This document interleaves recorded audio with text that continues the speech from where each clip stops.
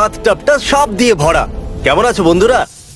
তোমাদের মধ্যে যে কেউ এই বাথটাবে বসতে পারলে আমি তার মাকে দেব $10,000। Sorry mom.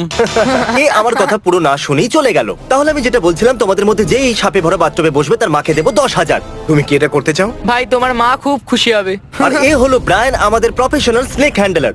সামনে এগোন আর প্রথম সাপটা রেখে দিন। রেখে দিচ্ছি। এটা খুবই প্রফেশনাল, তাই না? তাই না?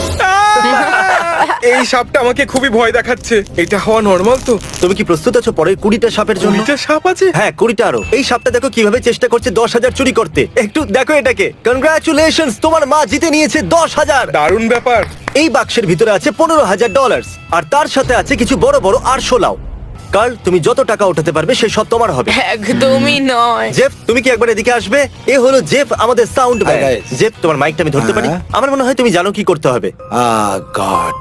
তাহলে জেফ, এই বাক্সের ভেতর থেকে তুমি যত টাকা বার করতে পারবে পরের 60 সেকেন্ডে সেই সব তোমার হবে। ওকে, ঠিক আছে। এই হলো $500।